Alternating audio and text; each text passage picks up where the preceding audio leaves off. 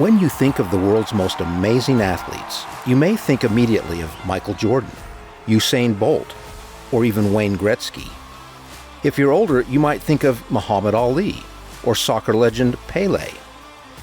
Maybe a more current candidate would be another basketball star such as LeBron James, or perhaps soccer legend Lionel Messi. But if among these great athletes I mentioned Australian runner Cliff Young, you would probably say, who? So, just who is Cliff Young?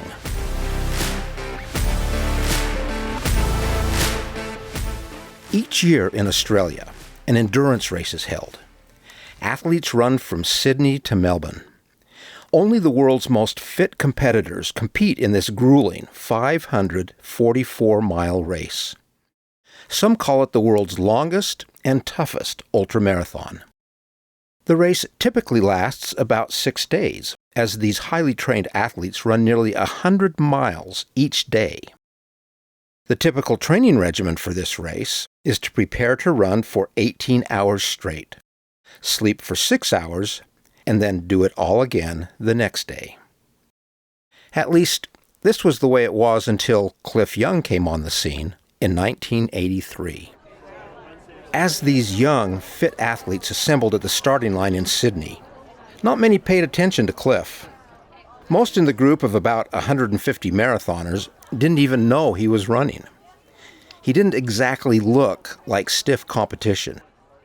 But when Cliff pinned his race number to his farmer overalls, people became curious. Reporters started asking Cliff about his training. He proudly told them he grew up on a ranch in Beechwood Forest, just southwest of Melbourne. There, he herded 2,000 head of sheep on 2,000 acres. When the storms came in, Cliff was responsible to herd the sheep together and bring them to safety. The only trick to this was Cliff didn't have any horses or machinery to help him. He gathered and herded those sheep on foot. Sometimes I would have to run those sheep for 2 or 3 days, he told them.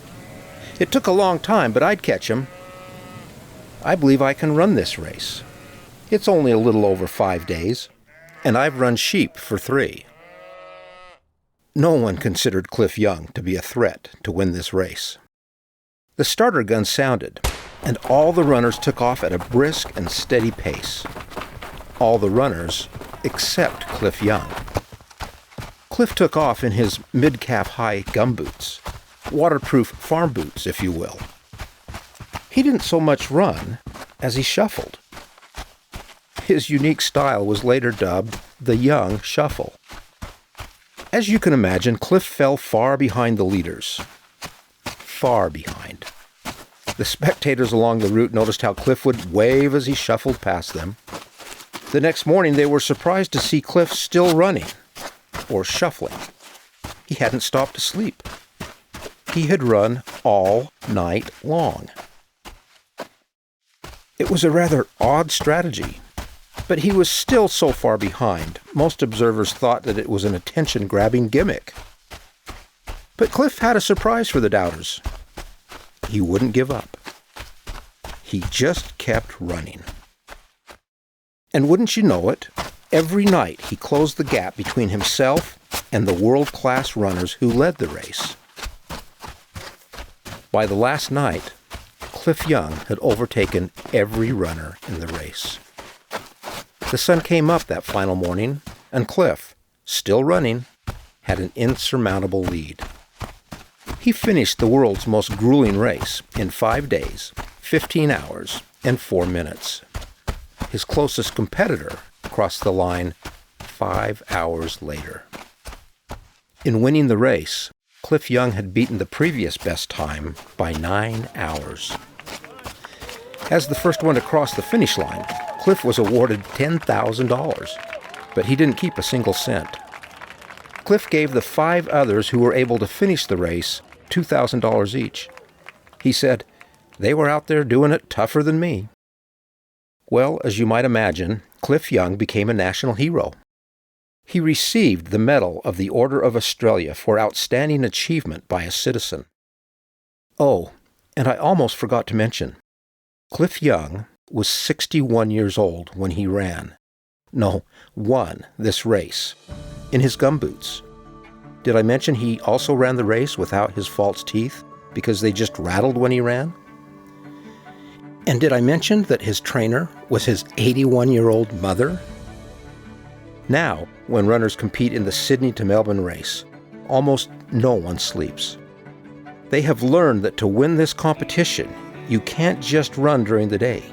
You run, or like Cliff, shuffle until you're finished. Cliff passed away in 2003 at the age of 81. But today, a sculptured gumboot rests in his beloved beech forest with a plaque that reads, "He trained on this farm, chasing cattle in gumboots." For years, Cliff was a familiar sight in the district as he trained or shuffled along the local roads. He went on to run for more than 20,000 kilometers over his competitive career.